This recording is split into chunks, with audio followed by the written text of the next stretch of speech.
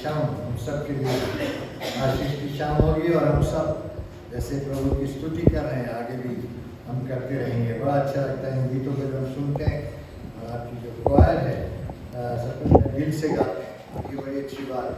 हमारे अलग कलीसियाओं में जाते हैं, बहुत जगह प्रेज वर्शिप होती है, यहाँ तक कि जो बहुत ही स्ट्रॉन्ग ट्रेडिशनल चर्च हुए हैं उन चर्च में भी अब प्रेज वर्शिप शुरू हो गई और जवान बच्चे प्रेज वर्शिप करते हैं। लेकिन जिस तरह से आप करते हैं यहाँ के जवान करते हैं, बहुत एक अलग ही अनुभूति होती है, अलग किस्म का एक्सपीरियंस होता है और महसूस होता है कि हाँ सच में प्रभु की आराधना हो रही है।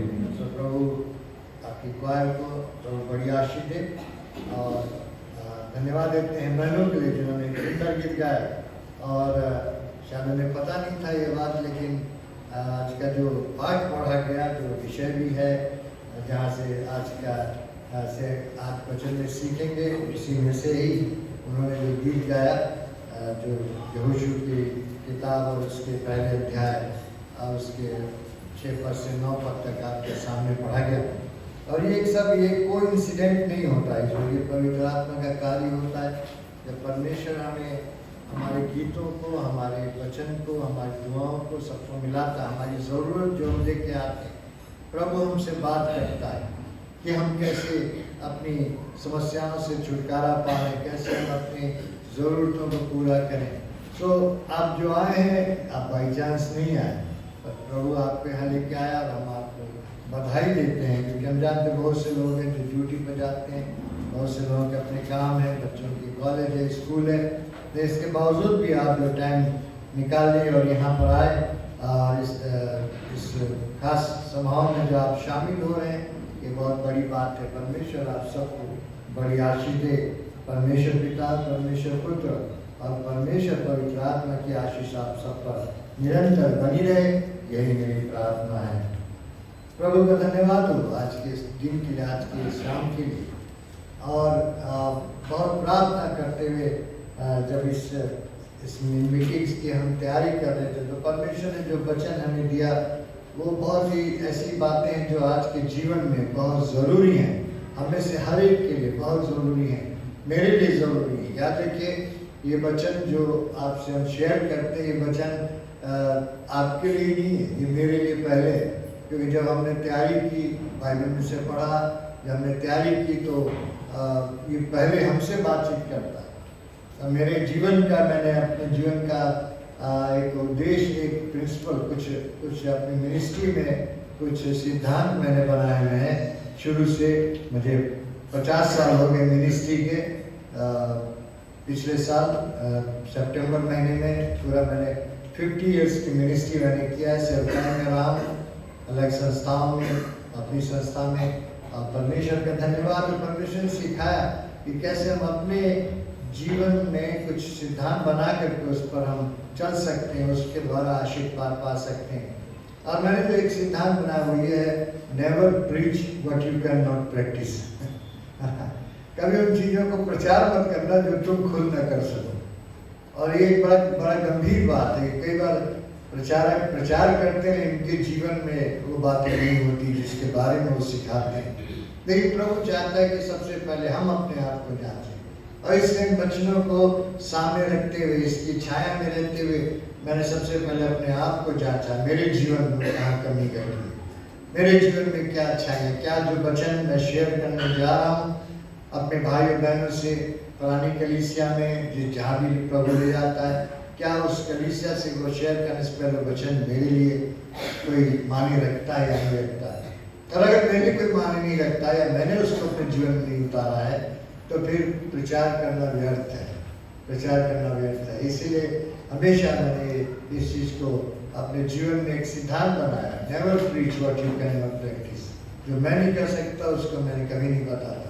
और ये मैं चाहता हूँ कि हम सब इस बात को याद रखें। अगर एक बाप है जो अपने बच्चे को कह रहा है ये काम मत करो, तो उसको पहले करके दिखाना होगा कि हाँ वो भी वो काम नहीं कर रहा। अगर वो भी वही काम कर रहा है, उसके लिए मना कर रहा है, तो बच्चा कभी नहीं समझेगा। तो हमेशा ये कहेगा पापा तो करते हैं, फिर हम क्यों नहीं करेंगे। पापा तो ऐसा करते हैं इसलिए हम क्यों नहीं करें, पापा ऐसा बोलते हैं इसलिए हम क्यों नहीं बोलें। इसलिए बहुत हम लोग को सावधान रहना है।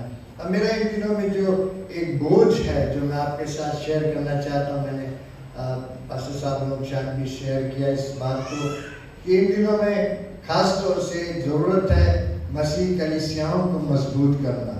हम लोग बहुत प्रचार कर चुके हैं, बहुत लोगों को हम प्रभु के पास लाए, बपतिस्मा दिया, दूसरे अलग अलग क्षेत्रों से, अलग अलग धर्मों से, अलग अलग भाषा बोलने वालों को लेकर के आए। अब समय नहीं रह गया। हम जो है कि अंतिम समय की अंतिम घड़ी में जी रहे हैं, जो इस बात को याद रखिएगा। We are living in the last of the last days। और इसलिए हमको अब जो कलीसिया है, जो विश्वासी लोग हैं, जो मसीह लोग हैं, हमको मजबूत बनना है। जिनको आदत हो तो आए, जुड़ गए, बड़ी अच्छी बात रही, प्रभु का धन्यवाद हो, बहुत प्रचार हुआ उनके बीच में। लेकिन अब जरूरत है कि हम जो मसीह लोग हैं वो एक हो जाएं, हम अपने जीवन में और सफलता प्राप्त करें और एक प्रभु की आशीष को प्राप्त करें। और इस क्षेत्र में हम मैं मेरी पत्नी हम दोनों मिलके इसी क्षेत्र में काम कर रहे हैं कि हम अब कलीसियाओं को मजबूत करें। वो वचन दें जो कलीसिया के लिए जरूरत है, जो मेरे और आपके लिए, जो एक मसीह जन के लिए जरूरत है, जो यीशु मसीह ने अपने चेलों को सिखाया, जिस भीड़ को नहीं सिखाया। भीड़ में बड़ा काम हो चुका है, अब जरूरत है कि जो चेले हैं वो मजबूत बने, वो विश्वास में बने। कहीं ऐसा ना हो कि वो 30 चांदी के सिक्कों में अपने खुदा को हम भेज दें, ऐसा ना हो। यहूदा इस्करियोती की तरह वो भी चेला था, लेकिन हम ऐसे मजबूत बने पतरस के समान।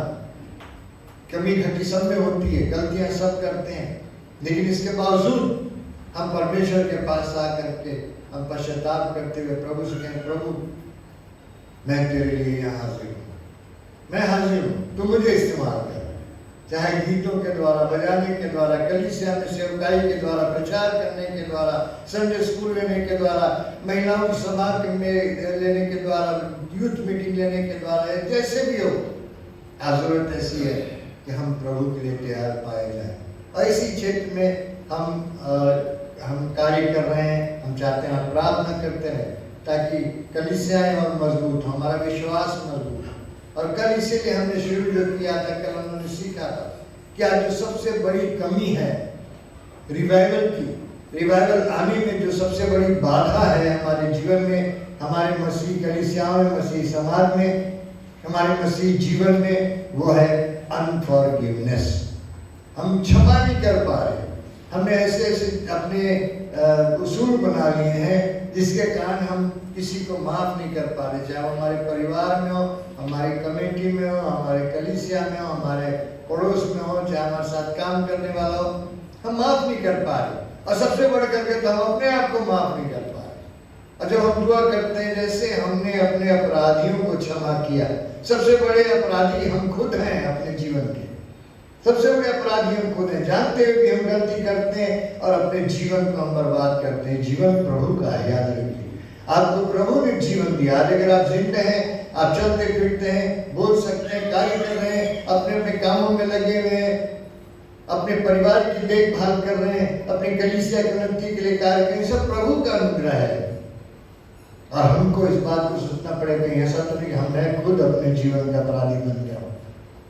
और इसलिए कल मैंने आपको चैलेंज किया था, अगर कुछ ऐसी बातें हैं, गलतियां हुई हैं जो आपको काटती, परेशान कर रही हैं, गिल्टी कॉन्शियस जिसको बोलते हैं, दोषपूर्ण विवेक अगर आप लेके घूम रहे हैं, जो कोई नहीं जानता लेकिन केवल प्रभु जानता और आप जानते हैं, उसको छोड़ दीजिए।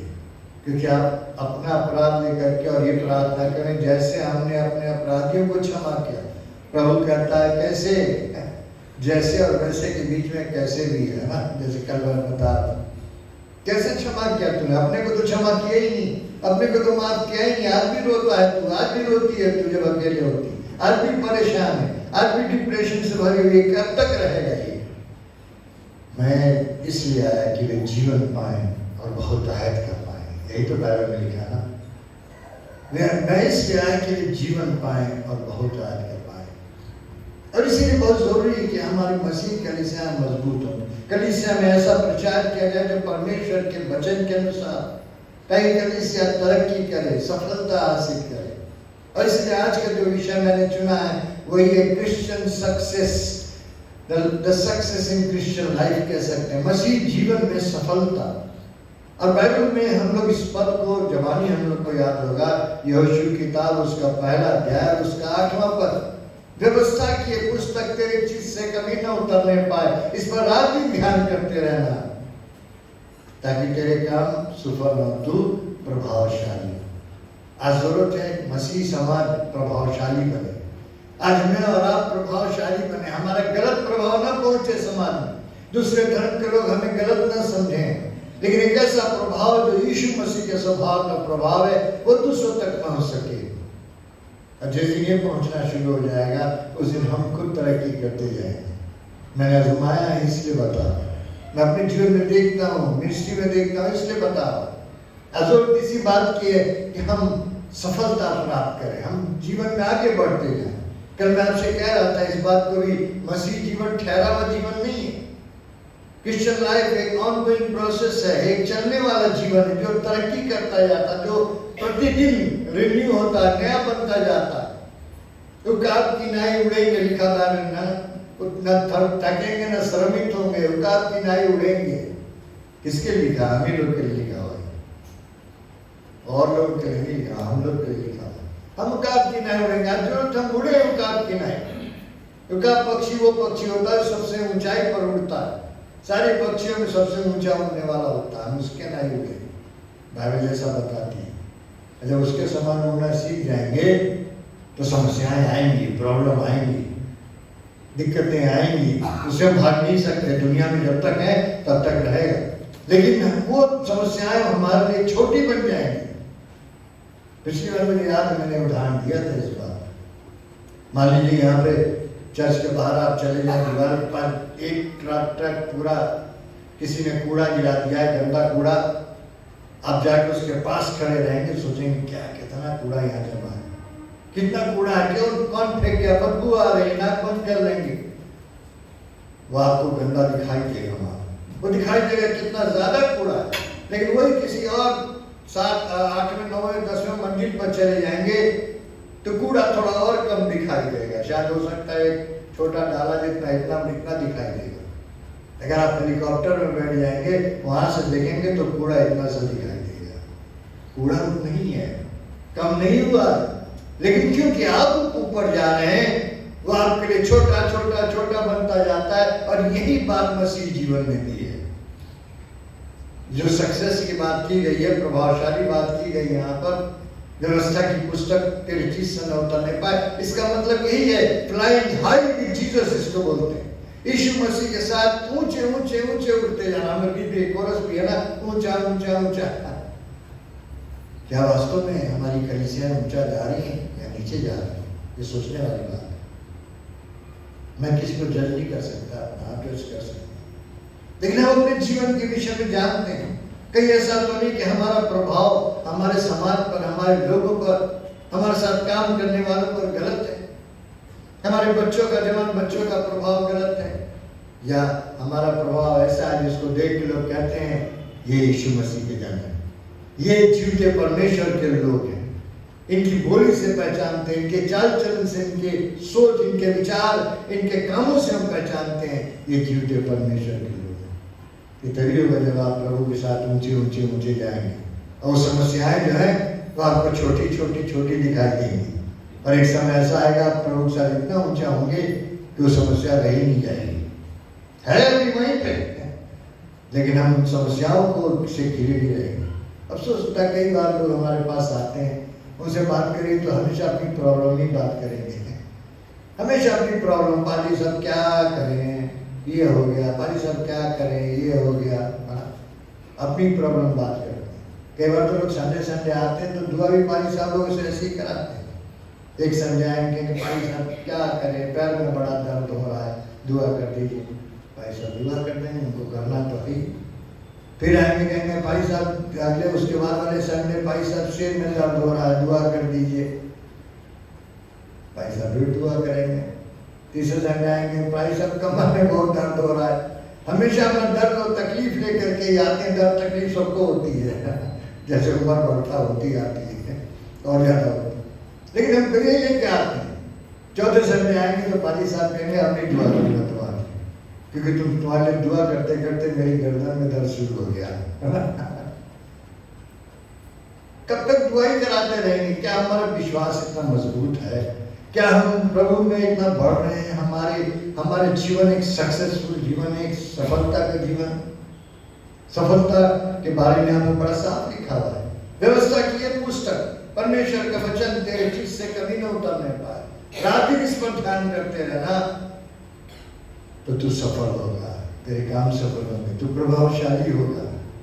मैं बहुत इसकी स्टडी का गहराई से तो मेरी समझ में बात है और सफलता का मतलब समझ में आया।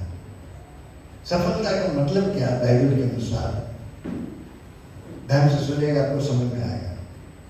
संसार कहता है इंसान ने अगर बहुत कमा लिया, बहुत पैसा हो गया, तो कहते हैं बड़े सफल व्यक्ति, इनका बिजनेस बहुत अच्छा चल रहा है। अगर बड़ा ऊंचा पद प्राप्त कर लिया तो कहते हैं बड़ा सफल व्यक्ति, कितना मेहनत किया जब वो ऊंचे पद पर पहुंच गया। अगर उसने बहुत ज्ञान प्राप्त कर लिया, डिग्रियां प्राप्त कर ली, तो कहते हैं बड़ा सफल व्यक्ति है। ये संसार की बात है, संसार का दृष्टिकोण है, संसार के व्यूज हैं।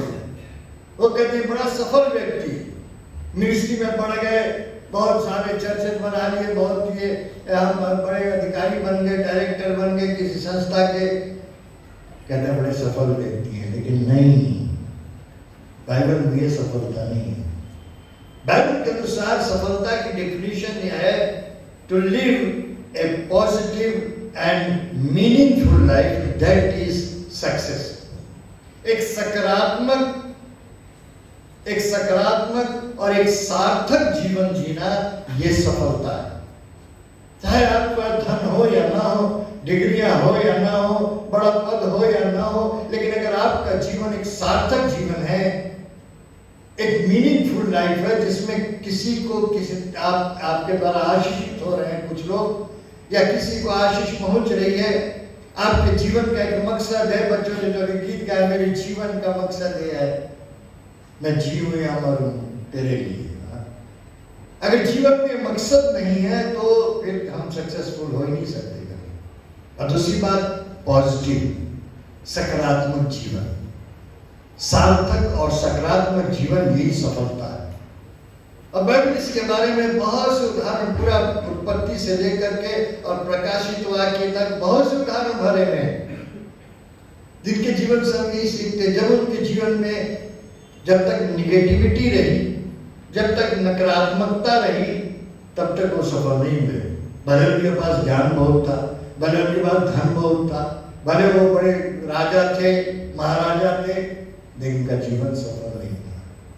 लेकिन जिस दिन उन्होंने अपने जीवन को नेगेटिविटी से पॉजिटिविटी की ओर ले आया, नकारात्मकता से वो सकारात्मकता पर आ गए, जब वो उनका जीवन एकदम बदल गया, उनका जीवन एक सफलता का जीवन हो।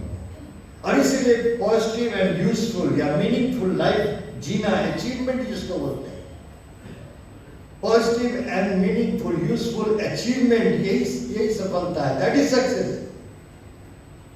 और ये हर इंसान को मिल सकता है जिसने इस वचन को अपने हृदय में उतारा है, जो इस वचन के अनुसार चलता है, चलती है, जो प्रभु यीशु मसीह को जानते और प्यार करते हैं।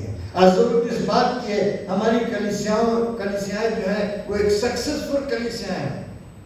केवल गिनती में नहीं कि हमारे कलीसिया में इतने मेंबर हैं, इतने लोग आ गए। आज तो कई बार हम बात करते हैं पास्टर लोगों से, तो कहते हैं ब्रदर हमारा बजट इतना करोड़ का है, हमारे इतने ढेर सारे एफडी पड़े हुए हैं, फिक्स डिपॉजिट बैंक में पड़े हुए हैं। क्या फायदा, बैंक में पड़ा रहेगा, वो सफलता नहीं है, वो सफलता नहीं। अच्छी बात है, गलत बात नहीं, अच्छी बात है, लेकिन सफलता, वास्तव में सफलता ये है जब वो धन भी किसी के काम आए, धन किसी गरीबों के काम आए, किसी के लिए हम इस्तेमाल करें, जिसके लिए हम एक मीनिंगफुल लाइफ जी सकें, एक सार्थक जीवन जी सकें, तब वो सही बात है।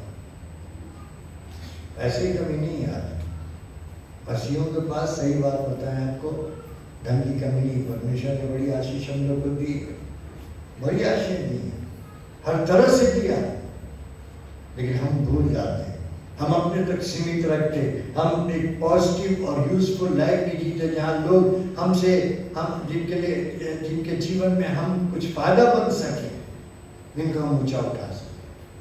परमेश्वर ने मुझे सिखाया, हमें आपको बताऊं किसी बात की कमी नहीं रही। हम देते चले गए और पता नहीं कहाँ से आता भी चला जाता है, कहीं समझ में नहीं आता। मैं बड़ा ही बात नहीं कर, लेकिन आपको बता रहा हूं, हमारी संस्था के द्वारा इस समय 16 परिवारों को हम भोजन करा रहे हैं। वो परिवार जो पास्टर्स के परिवार हैं गांव देहात में, जिनको सताया गया, जो जिनको बोलते हैं परसिक्यूटेड पास्टर्स, जिनको सताया गया, जिनके चर्च जला दिए गए या वो बिखर गए, चर्च बिखर गए, बेचारे एक सड़क पर आ गए, उनके पास घर नहीं है और रहने की जगह नहीं है। हम उनको हर महीने हम खाना भेजते हैं। इधर एमपी में है, यूपी में है, बिहार में है, उत्तराखंड में। ऐसे 16 पास्टर्स का हम बोझ उठा रहे हैं करीब 1.5 साल से। अब आसान नहीं है परिवार में भोजन भेजना, खाना खिलाना। हमारी 9 चीजें हैं, 9 गिनती करके 9 चीजें भेजते हैं, आटा, चावल, दाल और तेल, चीनी और क्या बोलते चाय पत्ती, साबुन भी भेजते हैं नहाने का और कपड़ा धोने का।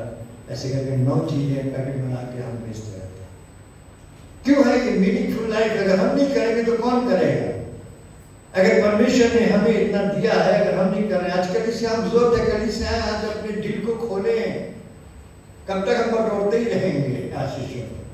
लेकिन आज जोर एक मीनिंगफुल लाइफ हमारी हो, एक ऐसी जिंदगी हो जो दूसरों के काम आ सके, ऐसे लोग काम आ सके जिनको वास्तव में जरूरत है।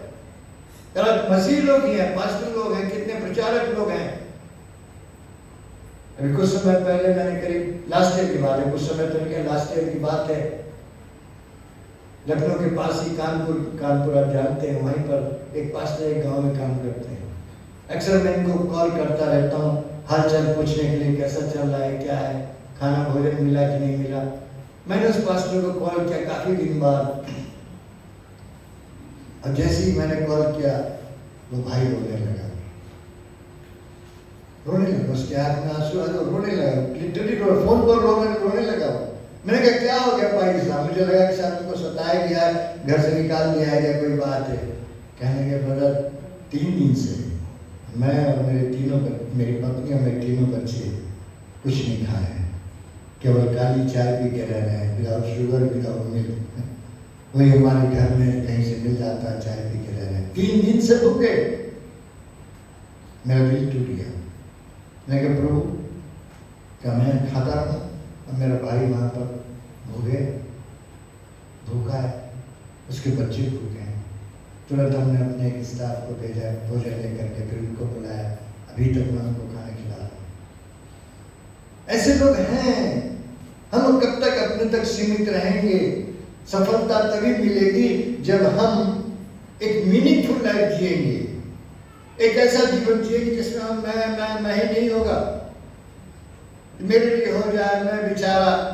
कई बार तो हम इतने बेचारे बन जाते हैं कि प्रभु भी कहता है कहाँ से कहाँ तो बेचारा हो गया, तू तो मेरा बेटा है, तू तो मेरी बेटी है, और अपने को बेचारा बोला। अरे बेचारे तो वो जिनका कोई ना हो, लेकिन मैं तो हूँ। और इसलिए प्रभु चाहता है आज कलीसियाओं में, कलीसियाएं जो है थोड़ा जागृत हो इस मामले में। मैं आपको चैलेंज करता हूँ, गोरसी चर्च की कलीसिया में भी आपको चैलेंज करता हूँ। आपके सेक्टर 6 के बहुत से यहाँ पर लोग हैं, मैं आपको भाई साहब नहीं है, मैं आपको चैलेंज करता हूँ। पंचायत को मैं चैलेंज करता हूँ। बड़े यहीं से बोल करके मैं कहना चाहता हूँ, कब तक हम अपने लिए जिएंगे? देखिए, चारों नजर दौड़ा के देखिए, नहीं हो तो हमसे पूछ लीजिएगा, हम बताएंगे कहाँ हम सहायता करेंगे।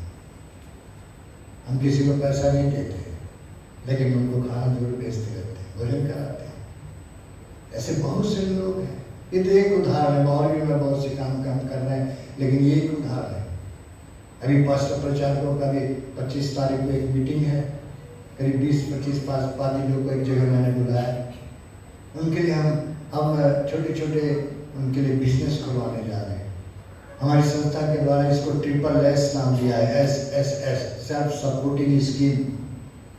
1 टाइम हेल्प होगा, वो अपना छोटा बिजनेस शुरू करेंगे, उनकी पत्नियां करेंगे, जैसे साइकिल रिपेयरिंग है, मोटर बाइक रिपेयरिंग है, बिजली का काम है या सिलाई स्कूल है, ये सब उनको हम हेल्प करेंगे ताकि वो अपनी रोजी रोटी कमा सकें।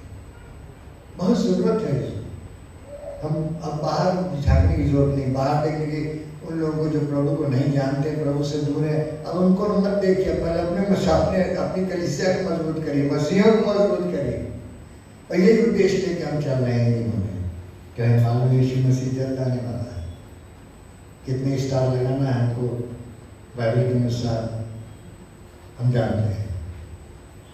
हम अपने दिलों को खोलेंगे, प्रभु ने आपको आशीष दी है, आप किसी की भी हेल्प कर सकते हैं। एक पास्टर पर हम कम से कम 5,000 से 6,000 रुपये खर्च करते हैं हर महीने, 16 को खिला रहे हैं। सोच लीजिए कहाँ से होता है। आपको जानकर ताजुब होगा, वो परमेश्वर जो कौमों को इस्तेमाल करता है अपने लोग भोजन कराने के लिए, वो छोड़ता नहीं। अजीब तरह से गैर मसीह हमारे कुछ डॉक्टर, एक डॉक्टर फ्रेंड है, सिंधी है डॉक्टर, कभी भी कुछ भेज देते हैं, एक बड़ा चावल भेज दिए, कभी कुछ गेहूँ भेज देते हैं, कभी पता चला फोन करके पूछते हैं क्या चाहिए। हर बड़े दिन में करीब करीब कुछ नहीं तो 50-100 कंबल भेज देते हैं, ब्लैंकेट्स बांटने के लिए, जब हम लोग जा करके जगह जगह देते हैं। परमेश्वर उपाय करेगा, लेकिन कब? जब आप उस सक्सेस को समझेंगे, उसको समझेंगे कि सक्सेस का मतलब क्या है, सक्सेस का मतलब क्या है। और बाइबल ये बताती है to live a positive and useful life, meaningful life is success. जीना सीखिए, यही मसीह जीवन। बपतिस्मा लेना ही केवल मसीह जीवन नहीं, कंफर्मेशन हो जाना मसीह जीवन नहीं, होली कम्युनियन ले लेना ये भी मसीह जीवन नहीं है। जो मैं आपको बताऊं, बहुत से लोग हैं जो सब कुछ करते हैं फिर भी आज होली कम्युनियन लेते हैं। क्या फायदा उससे अगर किसी के कुछ किया नहीं। प्रभु करे मैं और आप एक सक्सेसफुल जीवन जिए। मैंने बाइबल में से सीखा, इसलिए मैं आपको बता रहा हूँ, क्योंकि 50 साल की मिनिस्ट्री में प्रभु ने बहुत कुछ सिखाया। अभी आज मैं आपको केवल 2 या 3 बातें बताऊंगा टाइम के अनुसार, जिन बातों ने वास्तव में मेरे जीवन को एकदम बदल दिया, एक सक्सेसफुल लाइफ बना दिया, एक सक्सेसफुल लाइफ बनाया मेरे जीवन को। आज जो गीत और एक जवान ने गाया, मेरे जीवन का मकसद तो है, ये गाना एकदम सही हुआ मेरे जीवन में। पहला जो बाइबल में से जो पहली बात जिसके द्वारा मैंने सीखा और मैं चाहता हूँ आप भी सीखें, आप भी जानें, वो ये है, the depth of your faith will determine the breadth of your blessing. आपके विश्वास की गहराई इस बात को निर्धारित करेगी कि आप कितना आशीष पाते हैं। एक फैक्ट है, सच्चाई। सफल जीवन के लिए एक सच्चाई है। हमारा विश्वास कितना है, कितना गहरा हमारा विश्वास है, जितना गहरा हमारा, गहरे से मतलब है जितना हम विश्वास में और डूबते जाएंगे और विश्वास करेंगे प्रभु पे, उतनी बड़ी आशीष भी हम पाएंगे, उतनी हमारी आशीष भी बढ़ती चली जाएंगी। आज हम आशीष पाना चाहते हैं बड़ी से बड़ी, प्रभु ये कर दे, वो कर दे, ये दे दे, वो दे दे, मेरे कलीसिया पर, मेरे परिवार पर, मेरे बच्चों को, लेकिन हमारा विश्वास छोटा सा रहता है। और इसीलिए इन दिनों में जो बात मैं ज्यादा जोर देता हूँ ये है, यीशु मसीह ने तो कहा है, राही के दाने के बराबर विश्वास हो, पहाड़ से कहना समुद्र में गिर जाए तो गिर जाएगा। अफसोस ये है कि आज भी उसका प्रचार हो रहा है, उसका कॉन्टेक्स्ट नहीं देखते। यीशु मसीह ने ये बात किसके लिए कही है? यीशु मसीह ने जो कहा है राई के दाने के बराबर विश्वास हो, ये मसीहों के लिए, मेरे और आपके लिए नहीं कहा जो विश्वासी कहलाते हैं, लेकिन आज इसी पर प्रचार भी होता है। ऐसे में कहता हूँ इसको बंद कर दीजिए प्रचार करना, क्योंकि उसके बाद अगर आप बाइबल में पढ़े, समय नहीं लेकिन बाइबल में आप पढ़े, यीशु मसीह ने कहीं नहीं कहा।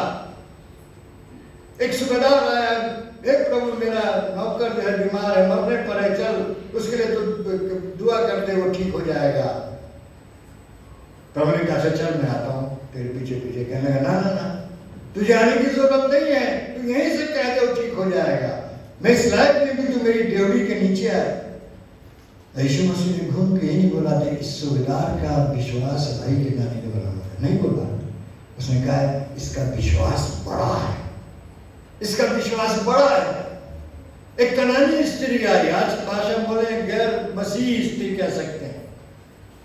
मेरी बच्ची मर रही है प्रभु, दुष्ट आत्मा उसको पकड़े हुए, चल उसके लिए प्रार्थना कर दे। प्रभु यीशु मसीह बड़ा खतरनाक शब्द इस्तेमाल करते हैं। वहां पर कहते हैं क्या मैं अपने बच्चों की रोटी लेकर कुत्तों के सामने डाल दूं? यही बात लिखी है, ना जानते मैं पढ़ने लगे, आप जानते हैं। अगर हम और आप शायद बहुत कहते अच्छा प्रभु हमको कुत्ता समझे, हम तो जा रहे हैं, बच्ची भले मारे चाची, लेकिन वो कहती है हे प्रभु मुझे मालूम है, लेकिन मैं केवल तेरे मेज से जो चूर चार गिरते वो भी मिल जाए तो मुझे मालूम है मेरी बच्ची ठीक हो जाएगी। और यीशु मसीह तुरंत घूमे और भीड़ से बोले मैंने ऐसा बड़ा विश्वास नहीं दिया। कहीं उन्होंने नहीं बोला, कहीं भी उन्होंने नहीं कहा कि ये जन का राई के दाने के बराबर विश्वास, इस व्यक्ति का राई के दाने के बराबर विश्वास नहीं।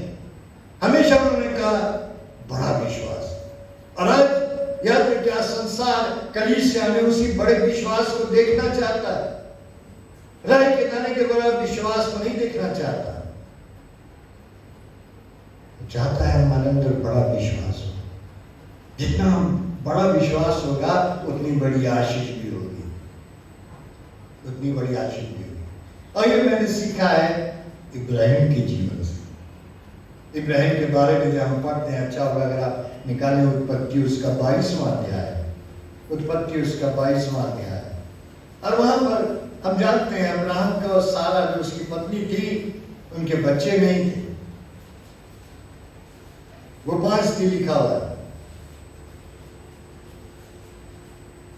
लिखा हुआ सारा ने एक आइडिया दिया, क्योंकि परमेश्वर ने वादा किया था इब्राहिम मैं तुझसे एक बड़ी जाति बनाऊंगा, एक बड़ी जाति बनाऊंगा। यहाँ तक कि 3 लोग आए, वो 3 कौन थे? मेरा विश्वास पिता पुत्र और पवित्र आत्मा ने, त्रिएक परमेश्वर। वो तीनों आके बोलते भी हैं देख बालू के किनको को देख ऐसी तेरी जाति होगी, ऊपर तारों को देख ऐसे तेरी जाति होगी, गिन नहीं पाएगा। लेकिन लिखा अब्राहम को भी हंसी आ गई और सारा भी हंस दिया। 18वें और 17वें 18वें अध्याय में लिखा हुआ उत्पत्ति, दोनों हंसने लगे। अब क्या हो सकता है? इब्राहिम सोचने लगा मैं 100 साल का हो रहा हूं, मेरी पत्नी 90 साल की है, biologically scientifically it is not possible, medically ये पॉसिबल है ही नहीं। लेकिन ये याद रखिए जो बात मनुष्य के लिए इम्पॉसिबल है वो अपने हमारे परमेश्वर के लिए पॉसिबल है। जो मनुष्य के लिए असंभव है वो मेरे परमेश्वर के लिए संभव है। वो कुछ भी कर सकता है। आगे लिखा हुआ है जब लोग तीनों चले गए तो बाइबल भी बताती, मैं सारी बातें नहीं पढ़ रहा, आप सब जानते हैं। सारा के मन में एक आइडिया है। आइडिया क्या है? तू मेरे लिए इब्राहिम, परमेश्वर ने कहा है तू मेरे लिए एक बेटा उत्पन्न कर, मेरी दासी हाजरा से एक बेटा उत्पन्न कर। अब्राहिम सोचने लगा वेरी गुड आइडिया, बड़ा अच्छा है, बहुत अच्छी आइडिया दे रही है मेरी पत्नी। और यही हुआ, वो सारा के पास गया और उससे इश्माइल पैदा हुआ। हम लोग सब जानते हैं इश्माइल उत्पन्न हुआ, वो भी इब्राहिम का बेटा था, वो भी इब्राहिम का बेटा था, इब्राहिम का बीज वो भी था। लेकिन आइडिया किसकी थी? आइडिया सारा की थी। एक परमेश्वर ने कहा था तुझसे पुत्र उत्पन्न होगा। लिखा बाद में सारा से, उस बुढ़ापे में जबकि मेडिकल साइंस फेल हो गया, उस बुढ़ापे में उनको एक बेटा उत्पन्न हुआ जिसका नाम था इसहाक। इसहाक वो परमेश्वर की ओर से था, वो परमेश्वर का दान था। परमेश्वर ने एक आश्चर्य किया था अब्राहम और सारा के जीवन में। ये परमेश्वर की योजना के अनुसार हुआ था। याद रखिए मनुष्य की कोशिश और मनुष्य का ज्ञान, उसकी आइडिया हमेशा इश्माइल को पैदा करेगी। इंसान की कोशिश या इंसान का बीज और इंसान की आइडिया हमेशा इश्माइल को पैदा करेगी, लेकिन इस इंसान की कोशिश या इंसान का बीज और परमेश्वर की आइडिया इसहाक को पैदा करेगी। आजकल इस गांव में यही जरूरत है। हम किसको पैदा कर रहे हैं? हमारे कौन जवान बेटे इस्माइल हैं या इसहाक हैं? अपने घरों में हम जाकर के देखें हमारे बच्चे हैं कहां पर इस समय? कहीं हम अपने प्रभु से दूर हैं, गिरजे में आना नहीं चाहते, चर्च में सम्मिलित नहीं होना चाहते, कोहर में ज्वाइन नहीं करना चाहते, संडे स्कूल में आना नहीं चाहते। हम किसे पैदा कर रहे हैं? आजकल ईसाई किसे पैदा कर रहे हैं? क्योंकि हम अपनी आइडिया से कर रहे हैं। कोशिश भी हमारी होती है और आइडिया भी हमारी होती है, तो इस्माइल पैदा होगा। लेकिन जहां परमेश्वर की आइडिया में इसे लिखा हुआ है, व्यवस्था की पुस्तक, यानी परमेश्वर का वचन परमेश्वर की मर्जी को बताता है, और जब उसकी मर्जी के अनुसार हम कोशिश करते हैं तो हमेशा इसहाक पैदा होगा, अच्छा ही होगा और हम सफलता में मिलेंगे। लेकिन आगे क्या लिखा हुआ जब यहाँ पढ़ते हैं इब्राहिम के बारे में 22वें अध्याय में देखिए, और वहां पर लिखा हुआ है, इन बातों के पश्चात ऐसा हुआ कि परमेश्वर ने अब्राहम से कहकर उसकी परीक्षा की। हे अब्राहम, उसने कहा, देख मैं यहाँ हूँ। उसने कहा, अपने पुत्र को, अर्थात अपने इकलौते उधर इस्माइल पैदा हुआ इब्राहिम से, अच्छे से जानता, सब कुछ जानता था। लेकिन वो यहाँ कह रहा है अपने पुत्र को, और अपने इकलौते पुत्र को। इकलौता पुत्र मतलब इसहाक, इस्माइल नहीं। परमेश्वर की योजना के अनुसार जो कार्य होगा, याद रखिए, परमेश्वर उस पर आशीष देगा। लिखा अपने इकलौते पुत्र को। मैंने जो पढ़ा था मैं चौंक गया। मैंने कहा इकलौता पुत्र इब्राहिम का तो वो भी बेटा था, 2 बेटे होते एक तरीके से इब्राहिम के, एक हाजिरा से हुआ था, एक सारा से हुआ। लेकिन परमेश्वर कह रहा है अपने इकलौते पुत्र को, जिससे तू प्रेम रखता है, संग लेकर मोरिया देश में चला जा। वहां उसको एक पहाड़ के ऊपर, जो मैं तुझे बताऊंगा, होम बलि करके चढ़ा दे। इब्राहिम ने कोई सवाल नहीं किया। पापा है वो भी बड़ा मुश्किल है। हम लोग जो पापा लोग हैं वो जानते हैं, बच्चों को जरा से कुछ हो जाए तो कितनी परेशानी होती है, कितनी दिक्कतें होती हैं। अगर बच्चे दूर हैं तो दिन भर फोन लेके बैठे रहेंगे, हर मिनट पूछते रहेंगे क्या है, कैसा हाल चाल है, क्या हुआ, दवाई ली कि नहीं ली। और यहाँ पर परमेश्वर कह रहा है अपने इकलौते पुत्र को, जिससे तू प्रेम रखता है, जो बुढ़ापे का पुत्र है, उसको बलिदान चढ़ा दे। लिखा हुआ है इसहाक को लेके चल दिया, मोरिया पहाड़ की ओर चल दिया। अपने उस इकलौते पुत्र को, जो परमेश्वर की दृष्टि में इकलौता था, इंसान की दृष्टि में नहीं, इंसान की दृष्टि में तो 2 बेटे थे, लेकिन परमेश्वर की दृष्टि में इकलौता था। जब हम विश्वास करते हैं तभी हमारे लिए बड़ी आशीष भी आती। इब्राहिम ने विश्वास किया। आपको मालूम इब्राहिम ने कितनी बड़ी बड़ी गलतियां की जिंदगी में। बहुत धर्मी व्यक्ति नहीं था वो, बड़ी बड़ी गलतियां उसने की। एक तो गलती उसने यही कर दी कि इस्माइल को पैदा किया, जो आज तक दुनिया भुगत रही है। लेकिन इस गलतियों के बावजूद भी, इन गलतियों के बावजूद भी परमेश्वर इब्राहिम से प्रेम करता है। हो सकता है मेरे आपके जीवन में कोई कमजोरियां होंगी, परमेश्वर जानता है। लेकिन अगर उसने आपको चुना है और आप उस पर विश्वास करते, उस पर भरोसा करते हैं, तो जो भी आपने जाने अनजाने में गलतियां की, परमेश्वर उसको भी नजरअंदाज कर देता है, माफ कर देता है, क्योंकि क्षमा करने वाला परमेश्वर। इब्राहिम को भी उसने माफ किया। इब्राहिम इसहाक को लेके चल दिया, क्योंकि इब्राहिम ने परमेश्वर की योजना को पूरी किया। और बाइबल भी बताती है, यिर्मयाह उसका 29 अध्याय और उसका 11वां पद बहुत ही अच्छा लगता है मुझे, जहाँ लिखा है, जो योजना मैंने तुम्हारे लिए बनाई है वो हानि की नहीं परंतु, बोले ना, परंतु लाभ की है, और अंत में तुम्हारी आशा पूरी करूंगा। वो लाभ की है, हानि की नहीं है। अगर परमेश्वर ने आपके लिए योजना बनाई है और उस योजना को आप पूरा करते हैं तो हमेशा लाभ की होंगी। और योजना परमेश्वर कैसे पता चलेगी? व्यवस्था की पुस्तक के चीज से कभी न उतरने पाए, यही तो लिखा है। और जब इस पर ध्यान करेंगे तो सफलता भी प्राप्त करेंगे। इब्राहिम के जीवन में यही हुआ।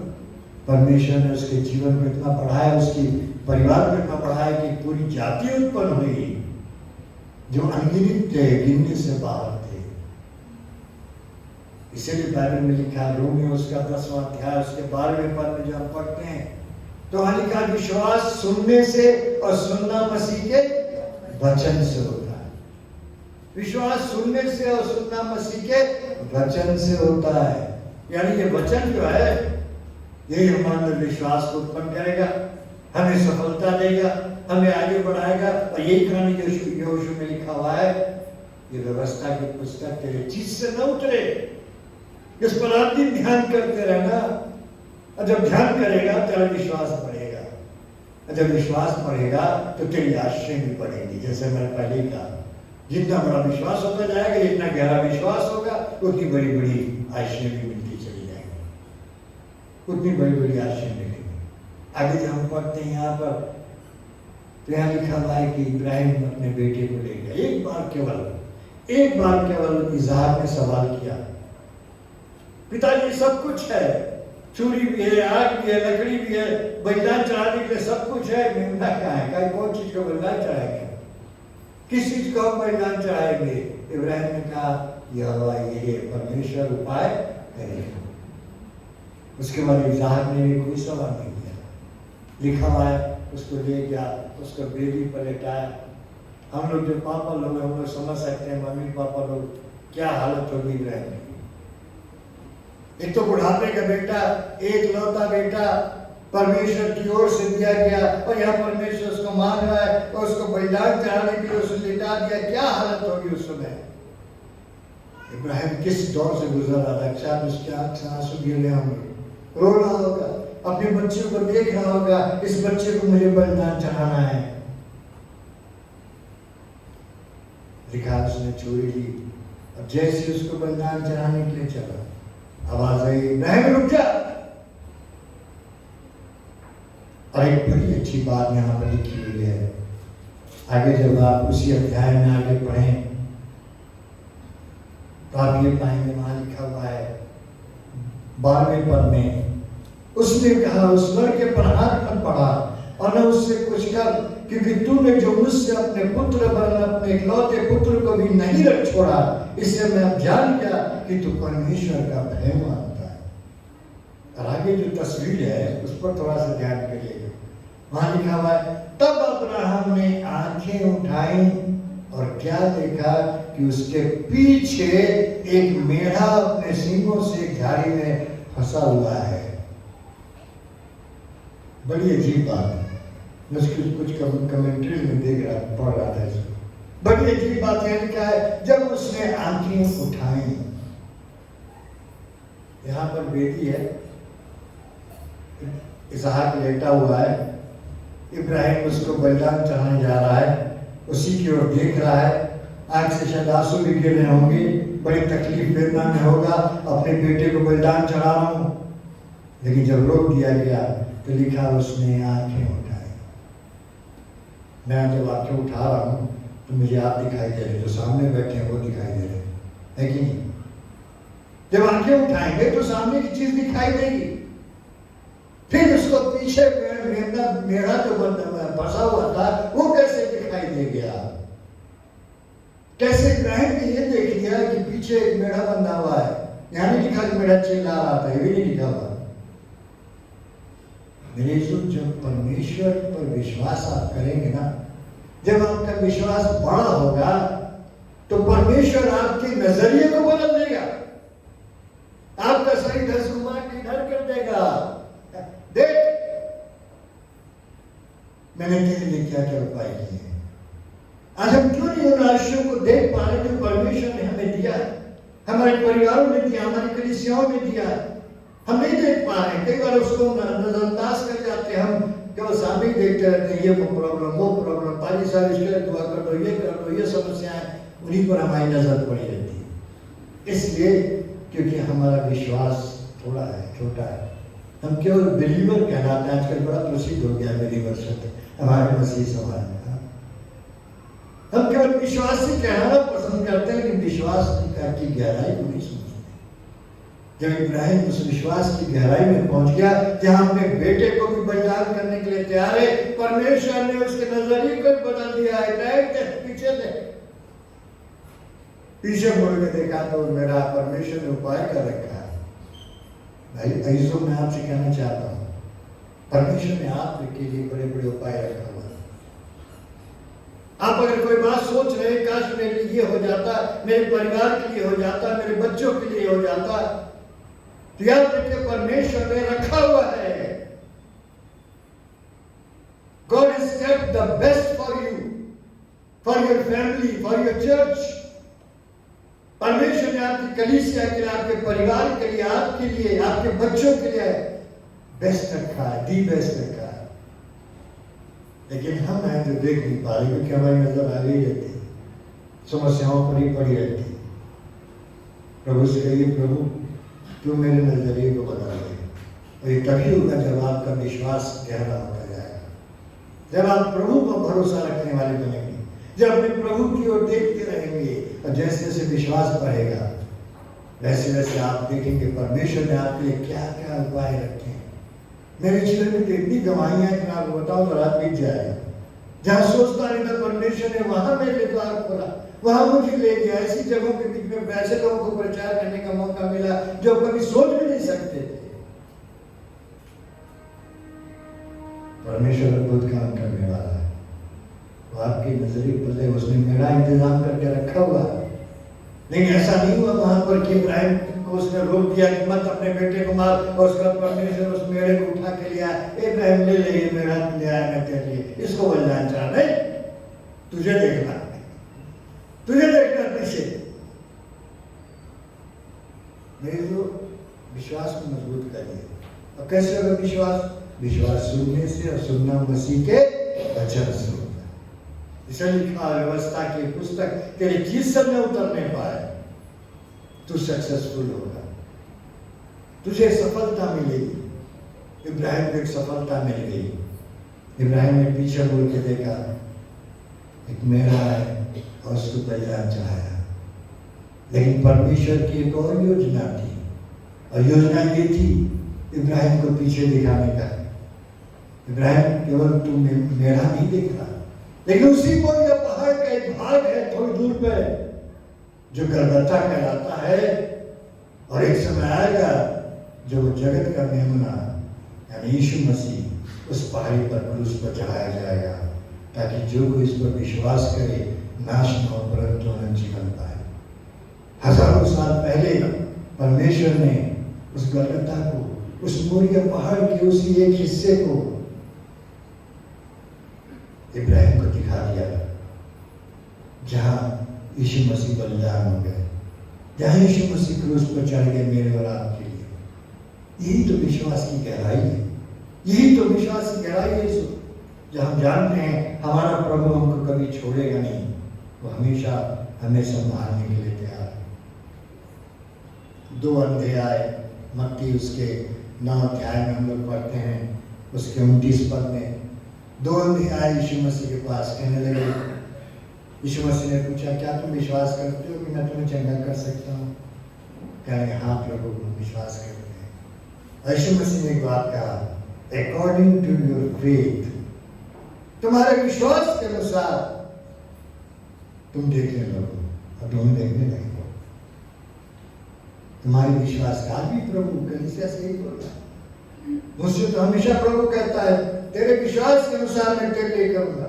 जब मेरे सामने समस्याएं आती हैं, जरूरतें होती हैं, किसी प्रोग्राम को करना है, कहीं जाना है, कुछ करना है, बीमारी तकलीफ कुछ भी आती है, मैं प्रार्थना करता हूँ तो प्रभु एक ही बात कहते हैं, तेरे विश्वास के अनुसार मैं तेरे लिए करूंगा। according to your faith. विश्वास आएगा कहाँ? ये वचन से। इसलिए इस वचन को कभी अपने से दूर मत करिए, कभी दूर मत करिए। आपके चित्त पर हमेशा ये बना रहे। इब्रानियों उसका 3 अध्याय उसके 12 पद में जो पढ़ते हैं वहां लिखा हुआ है, चौकस रहो, सावधान रहो, अविश्वासी मत बनो। इब्रानियों 3 और उसके 12 पद में, और विश्वासी बनो, अविश्वासी नहीं परंतु विश्वासी बनो। दूसरी जो बात है जिसके द्वारा मैं सफलता को समझता हूं, और वो इस प्रकार से है। पहली बात थी, the depth of your faith will determine the breadth of your blessing. तुम्हारे विश्वास की गहराई हमारे आशीषों को बताती है। जितना गहरा विश्वास होगा उतनी बड़ी आशीष होंगी। दूसरी जो बात है, दूसरा जो प्रिंसिपल कह सकते हैं वो ये है, understanding your identity determines your victory. अपने आप को पहचानना या अपनी पहचान को जानना, यह इस बात को निर्धारित करता है कि आपको किसी भी बड़ी से बड़ी समस्याओं पर विजय मिलेगी या नहीं मिलेगी। कई बार हम अपने आप से कोशिश करते हैं, समस्याएं सबके सामने आती हैं। अगर कोई मेरे साथ ये बोले कि भाई साहब I don't have any problem, तो बोलूंगा कि no problem is the greatest problem. है ना? हर इंसान की समस्या है, सबकी अपनी अपनी कोई ना कोई प्रॉब्लम है दुनिया में, कोई भाग नहीं सकता, मेरी अपनी प्रॉब्लम है। लेकिन याद रखिए, उस प्रॉब्लम पर विजय पाने के लिए जरूरी है कि हम जाने हम कौन हैं, हमारी क्या पहचान है। अपने आप को पहचानना ही इस बात को निर्धारित करेगा कि हम अपने बड़ी से बड़ी समस्याओं से कैसे छुटकारा प्राप्त करेंगे। और इसके लिए एक व्यक्ति का जीवन मैंने सीखा, अपने जीवन में जो मैं आपको बताना चाहता हूँ, व्यक्ति है डेविड। उसके बारे में हम लोग पहला सामुएल में पढ़ते हैं। पहला सामुएल में अगर आप निकालें, वहां पर लिखा हुआ है दाऊद के बारे में 17 अध्याय में। और हम सब जानते हैं दाऊद जो था वो छोटा एक लड़का था, भेड़ बकरी चराता था। एक दिन उसके बाप ईशा ने उसको बुलाया, कहने लगे बेटा जा, तेरे 3 भाई सेना में हैं, शाऊल की सेना में है, शाऊल राजा की सेना में है, जाकर उनका हाल चाल लेके आ, बहुत दिन से नहीं पता उनका हाल चाल। लिखा हुआ है यहाँ पर जो हम पढ़ते हैं 17वें अध्याय के 17वें पद में, पहला सामुएल, यहाँ लिखा हुआ है, ईशा ने अपने पुत्र दाऊद से कहा, ये एफा भर भुना हुआ अनाज और ये 10 रोटियां लेकर छावनी में अपने भाइयों के पास दौड़ जा, और पनीर की ये 10 टिक्कियां उनके सहस्पति के लिए ले जा, और अपने भाइयों का कुशल देखकर उनकी कोई निशानी ले आना। निशानी में 2-3 चीजें होती थी, या तो कोई छोटा हथियार होता था, या उनके सर के बाल होते थे। ऐसी चीजें लेकर के लोग आते थे दिखाने के लिए, बताने के लिए। उनका कपड़ा होता था ये बताने के लिए कि भाई कैसा है, या अजीज हमारे कैसे है। ईशा ने दाऊद को भेज दिया रोटी लेकर के और पनीर की टिक्कियां लेकर के। ये अलग सरमन है, लेकिन कभी इसका अध्ययन करिए। रोटी और पनीर क्यों लेके भेजा? रोटी के बारे में अगर आप गहराई से अध्ययन करें तो लय व्यवस्था की किताब में इसका बयान किया गया। लय व्यवस्था उसका 23 अध्याय, ये बलिदान चढ़ाने के लिए बताया गया है कि जौ की रोटियां बनाना, सेक के बनाना, और उसको फिर कैसे बलिदान चढ़ाना है, होम बलि करके चढ़ाना। यानी मनुष्य का काम परमेश्वर के लिए, रोटियां जो है दिखाती है मनुष्य का कार्य परमेश्वर के लिए क्या करना है वो दिखाता है। अब पनीर के बारे में अगर पढ़ना है तो पनीर जो है उसके बारे में अय्यूब की किताब में आप पढ़ सकते हैं। अय्यूब की किताब उसका 10वां अध्याय और उसके 10वें पद में लिखा है, उसने मुझे, हिंदी में दही शब्द आया, हिंदी का जो ट्रांसलेशन दही किया गया, लेकिन जो एक्चुअल जो ओरिजिनल ट्रांसलेशन है अंग्रेजी में भी है, उसका मतलब चीज, यानी पनीर से मतलब पनीर। चीज अंग्रेजी में लिखा चीज है ना, चीज हम जानते हैं, वो चीज खाते हैं ना, पनीर से मतलब है। अब पनीर क्या है? ये परमेश्वर का कार्य मनुष्य के लिए है, ये ध्यान दीजिएगा। रोटी जो है ये दिखाता है मनुष्य का कार्य परमेश्वर के लिए, और पनीर जो है वही दिखाता है परमेश्वर का कार्य मनुष्य के लिए। और ये दोनों बातें दाऊद के साथ थी। ये दोनों चीजें दाऊद लेके जा रहा था, क्योंकि परमेश्वर जानता था कि दाऊद को कैसे इस्तेमाल करने जा रहा है। जब दाऊद वहां पहुंचा तो हम जानते हैं, वहां जैसे ही पहुंचा उस सेना में तो वहां देखा वहां तो अजीब हालत है। शाऊल भी निराश बैठा हुआ है, उसके भाई लोग भी निराश हैं, क्योंकि सामने एक बड़ी समस्या है, एक बड़ी प्रॉब्लम है। प्रॉब्लम क्या है? गोलियत। अब कल ही मैं बता रहा था गोलियत के बारे में। इतिहासकार लोग बताते केवल यहाँ 1.5 इंच की जगह होती थी जो खाली रहती थी, इतना हिस्सा बस, बाकी सब लोहे से ढका रहता था और पत्थर तो उस पर छेद नहीं सकता था। भाला सब भले छेद ले, गोली तो था नहीं, बम तो था नहीं, लेकिन पत्थर से छेद हो ही नहीं सकता। लेकिन छोटा सा एक हिस्सा यहाँ पर है, खाली है माथे पर। परमेश्वर के लिए वही बहुत है, वही बहुत है। लिखा हुआ है गोलियत वहां पर एक समस्या है, कैसे इसको हम हराएंगे, कैसे इससे हम इस पर विजय प्राप्त करेंगे। परमेश्वर ने पहली रोटी और पनीर के द्वारा दाऊद को बता दिया गया, तुझे जो करना है वो कर और मुझे जो करना है वो मैं करूंगा। तुझे जो करना है तो कर रोटी, और मुझे जो करना है वो मैं करूंगा पनीर। और लेके चल दिया वहां पे। जब देखा वहां की हालत, दाऊद बेचैन हो गया। दाऊद खड़े होकर नहीं कह रहा, बाप रे बाप, ये तो बड़ा भारी गोलियत है, इसको तो मारना सच में बड़ा मुश्किल है। हमारी सेना के लोग सब निराश बैठे हुए, राजा भी निराश बैठा हुआ है। जबकि बाइबल ये बताती कि पूरे देश में शाऊल के राज में शाऊल सबसे लंबा चौड़ा था। ये बाइबल में लिखा हुआ, सबसे खूबसूरत था, बड़ा पहलवान, अच्छा हेल्दी था, लेकिन उसकी भी हिम्मत नहीं कर रही कि वो गोलियत पा रहा है।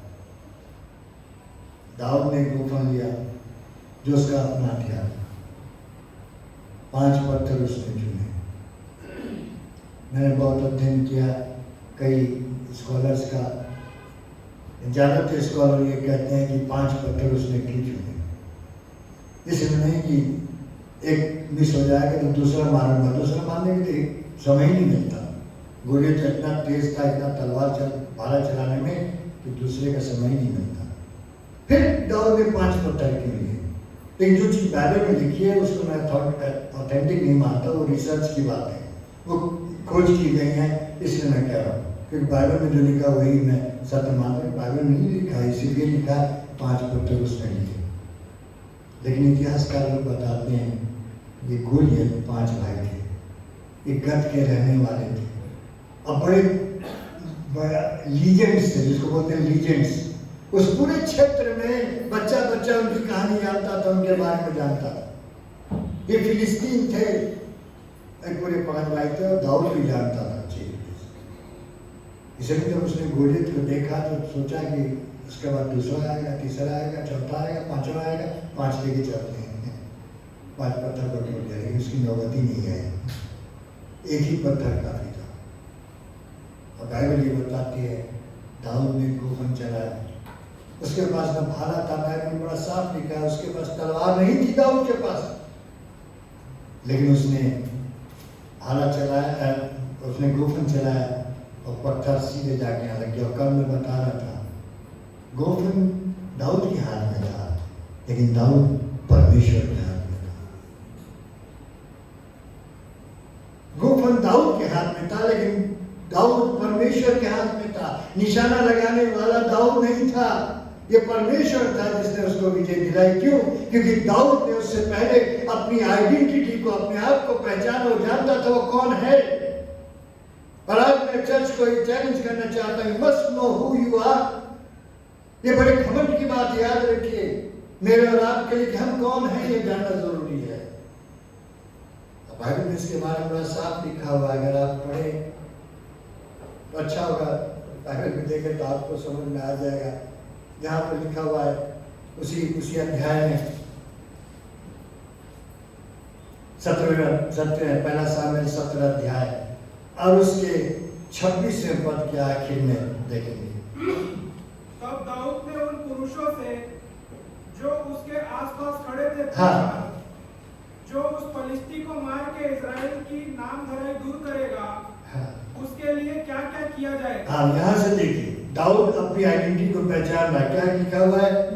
वह खतना रहित फलिस्ती, वह खतना रहित फलिस्ती क्या है? कि जीवित परमेश्वर की सेना को ललकारे। दो बातें यहाँ पर हैं, दो आइडेंटिटी है हम मसीह की।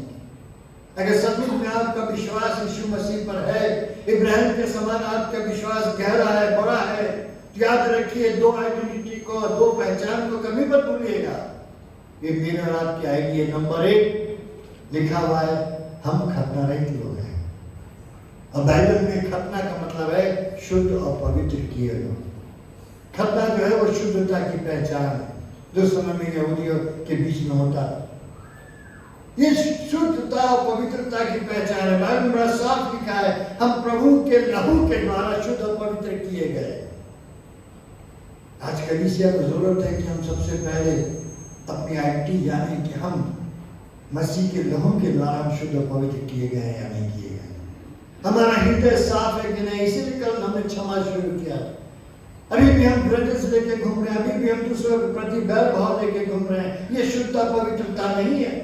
शुद्धता पवित्रता यह है कि हम यीशु मसीह के लहू को स्वीकार करते हैं। हम कहते हैं प्रभु तू अपने लहू के द्वारा मुझे शुद्ध कर, मेरे मन का खतना कर, जैसा पौलुस कहता है। अब जरूरत हम शरीरों का नहीं बल्कि मन का खतना कर। और दूसरी पहचान क्या है? लिखा हुआ है कि जीवित परमेश्वर की सेना को ललकारे। इसका मतलब क्या है? दाऊद कह रहा है, इस बात को मान ले रहा है, हम एक जीवित परमेश्वर के लोग हैं, हम पवित्र किए हुए लोग हैं और हम जीवित परमेश्वर के लोग हैं। और ये गोलियत क्या है जो हमें हरा सके? ये हम पर विजय प्राप्त नहीं कर सकता। अगर आपको जीवन में सक्सेस प्राप्त करना है, समस्याओं पर विजय प्राप्त करना है, याद रखिए अपनी इस आइडेंटिटी को कभी मत भूलिएगा। और आज की रात में अगर आपने अपने जीवन की सफाई नहीं किया, अगर आपको शुद्धता पवित्रता नहीं मिली, अगर अभी तक आपका वो मन का खतना नहीं हुआ है, तो प्रभु से प्रभु मेरे जीवन को शुद्ध पवित्र करिए। यही मेरी आइडेंटिटी, मेरी पहचान है। आप मेरे जीवन को शुद्ध पवित्र करिए, मेरे हृदय को शुद्ध करिए, मेरे विचारों को शुद्ध करिए। और प्रभु से क्योंकि प्रभु मुझे मालूम है, मेरी पहचान ये है कि मैं आपका बेटा हूँ, आपकी बेटी हूँ, मैं आपका जन हूँ। कोई भी बड़ी से बड़ी समस्या मुझे कभी निराश नहीं कर सकती, कोई भी बड़ी से बड़ी समस्या मुझे कभी गिरा नहीं सकती, कोई भी बड़ी से बड़ी समस्या मुझे आपसे दूर नहीं कर सकती, क्योंकि मुझे मालूम है कौन हूँ। और इसीलिए आपकी आइडेंटिटी ही आपकी विजय को निर्धारित करेगी कि आप कितने बड़े सक्सेसफुल व्यक्ति हैं, कितना आप विजय प्राप्त कर रहे हैं। मैंने आजमाया, फिर मैं क्या हूँ? मैं दूसरी गवाही नहीं देना चाहता, अपने जीवन की गवाही सबसे पहले देना चाहता हूँ। अगर प्रभु ने मेरे जीवन में कुछ किया है, जरूरी कि मैं बताऊँ। यार मुझे मालूम है मैं कौन हूँ। आज मुझे मालूम है मेरे मन का खतना हो चुका है, और मुझे मालूम है मैं उस जीवते परमेश्वर का बेटा हूँ जो मुझे हर परिस्थिति में संभालेगा।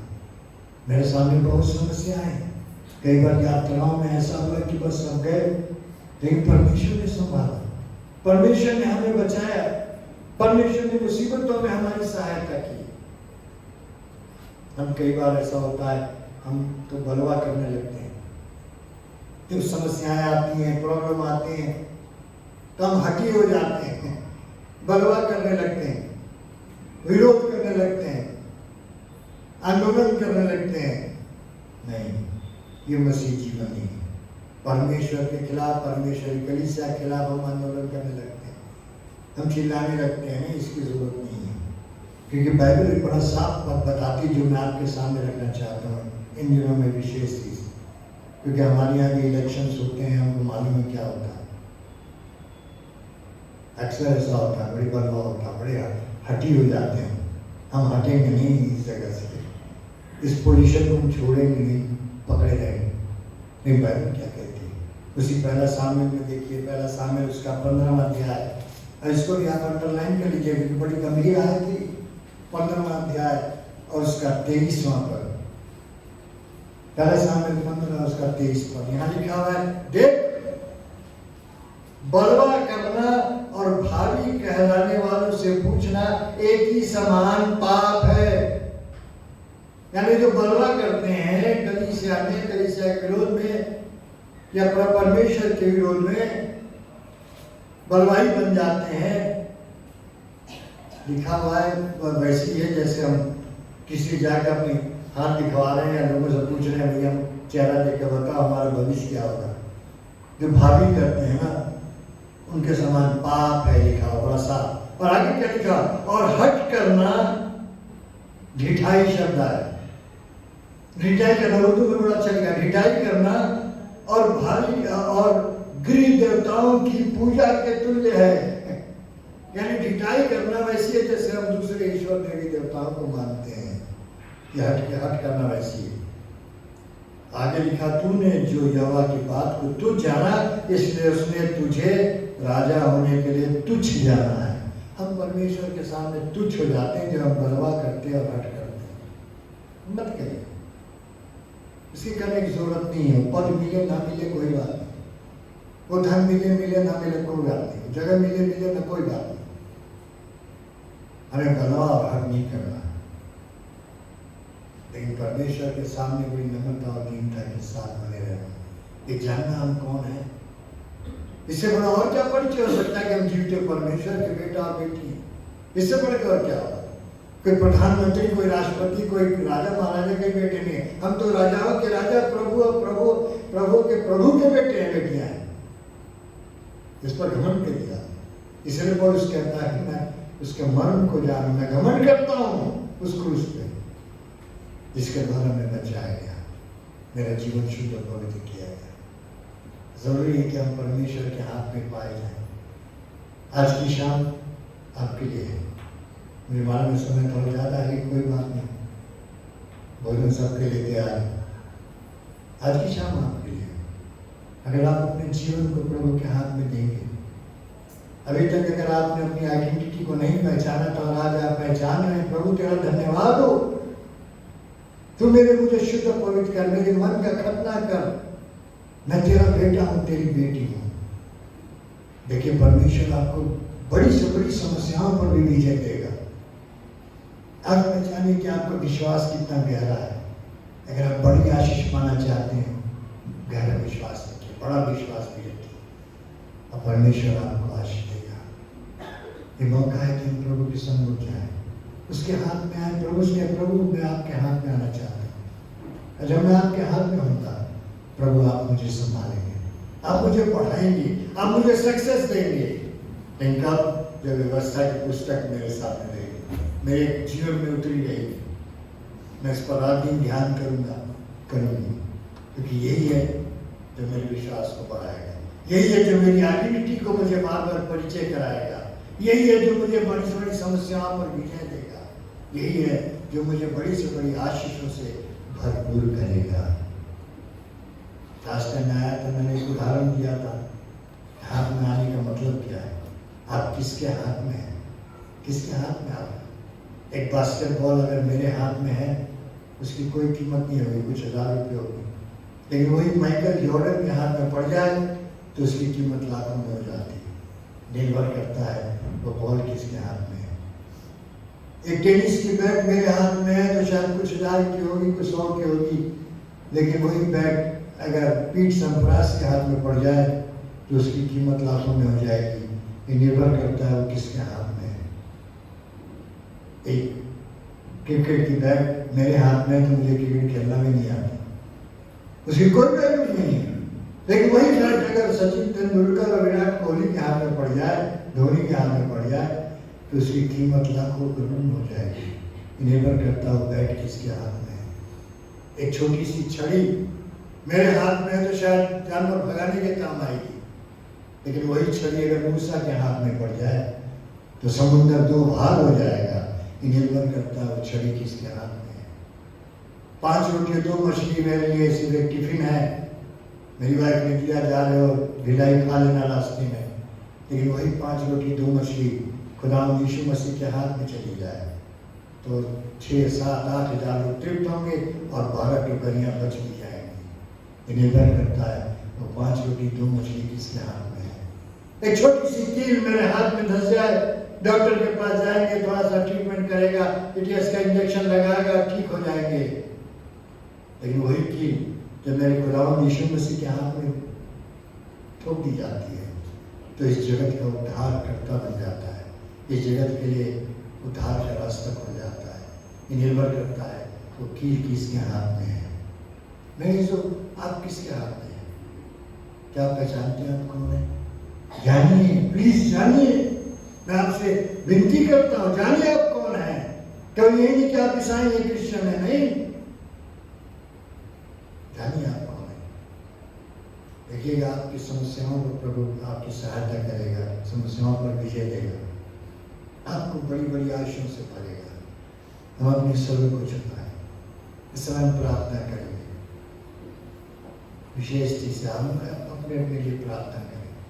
मैं आपके लिए दुआ करना चाहता हूँ, खासतौर से